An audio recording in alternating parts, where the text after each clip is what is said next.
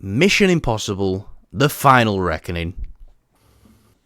Now, we saw Dead Reckoning. Was it last year Dead Reckoning came out? It was, wasn't it? Yeah, because we had the channel. Feel like it. We had the channel.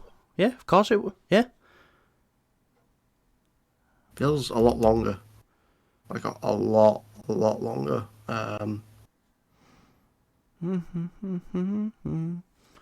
12th of July 2023. Yeah, so it was last year. Yeah, just over a year. Just over a year ago. Now, we've got a trailer for what was originally part 2 of that part 1, but now it is just known as Dead Reckoning, and now this is Final Reckoning. I'm gonna say it, I didn't love this trailer, even though I've loved all the films pretty much. This trailer just didn't win me over or excite me. A couple of takeaways I've got from it is we've got Paul Clementif back in there. Looks like she's joining the team. I'm excited about that. Obviously, that's Mantis from Guardians. But yeah, this trailer just didn't do it for me. Now I'm still excited for the film. I don't think it was a bad trailer. I'm just not there yet. I'm not.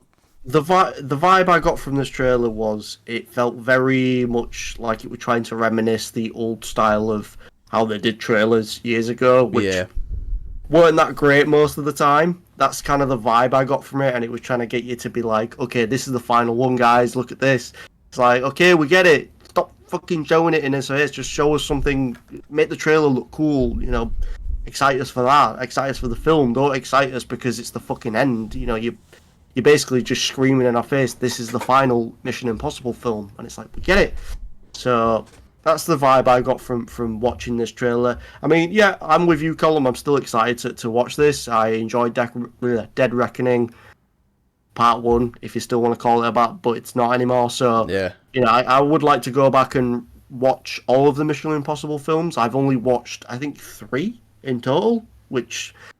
You know, but I've enjoyed every single one I've watched. I've really, really enjoyed, and you know, going to the cinema to see this Dead Reckoning last year was really fun, and I was very excited to see the part 2, but now as the Final Reckoning. So yeah, I'm looking forward to it. I think if we go back and watch our review, I can't really remember what I've said about the film because I've only seen it that once in the theater. I'd love to see it again, but because it felt like a part 1.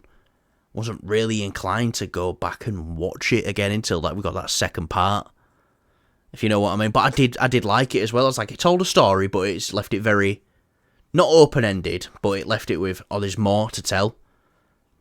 But I'm still excited because they went on an absolute tear. They had Mission Impossible 1, which is great. It's a classic. 2, I'm not really a fan of. 3 is okay, but Ghost Protocol, Rogue Nation, Fallout, fuck me, them 3 films are amazing. And then you got Dead Reckoning, which is a good film as well.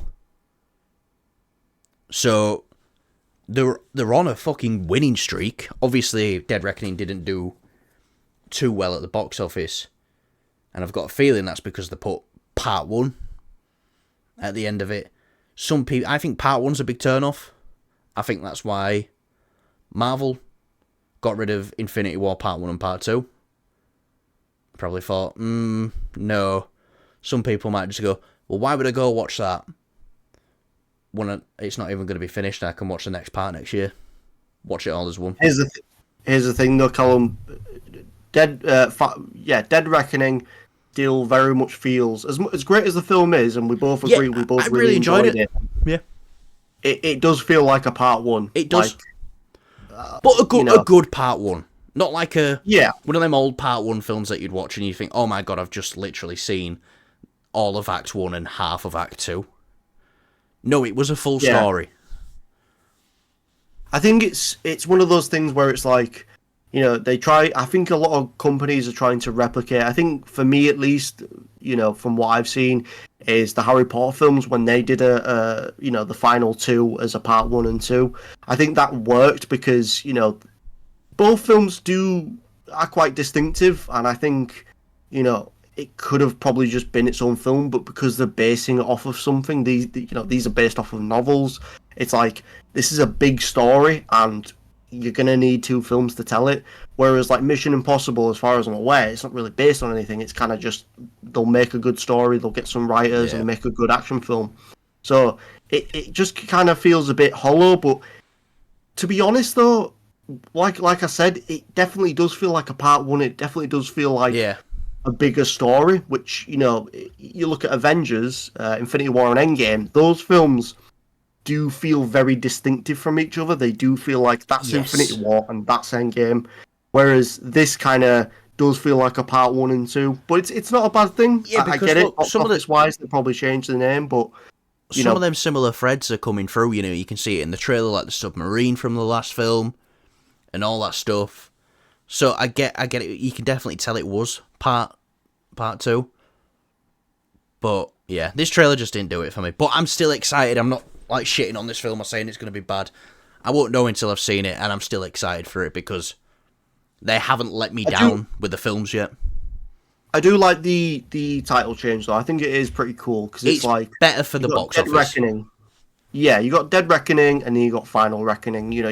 It's still this story together. I feel like companies, if they do that instead of doing like part 1 and part 2, try tie it together a bit more in a different way.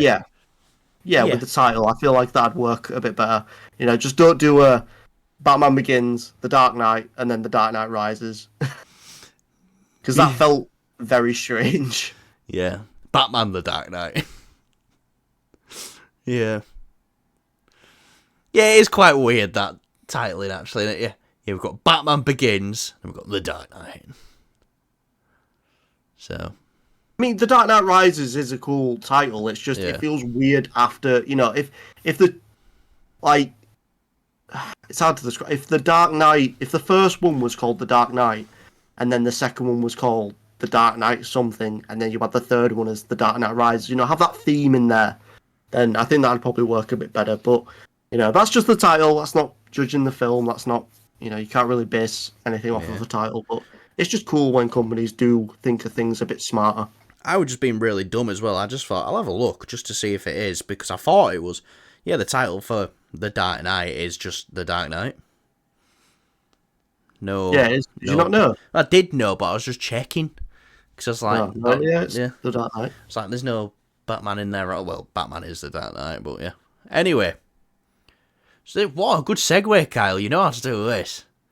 Speaking of Batman... Wow. Wasn't that a great video? Would you agree, Kyle? Yes, you should definitely give us a thumbs up if you enjoyed. We are now late night TV talk show hosts who say subscribe to our channel after video because we are cool. Oh, fuck yeah, that's kind of what we're doing, aren't we? Mate, just commit to it. Oh, no. But don't commit, if you know what I mean. Yeah. Right, thanks for watching. Yeah.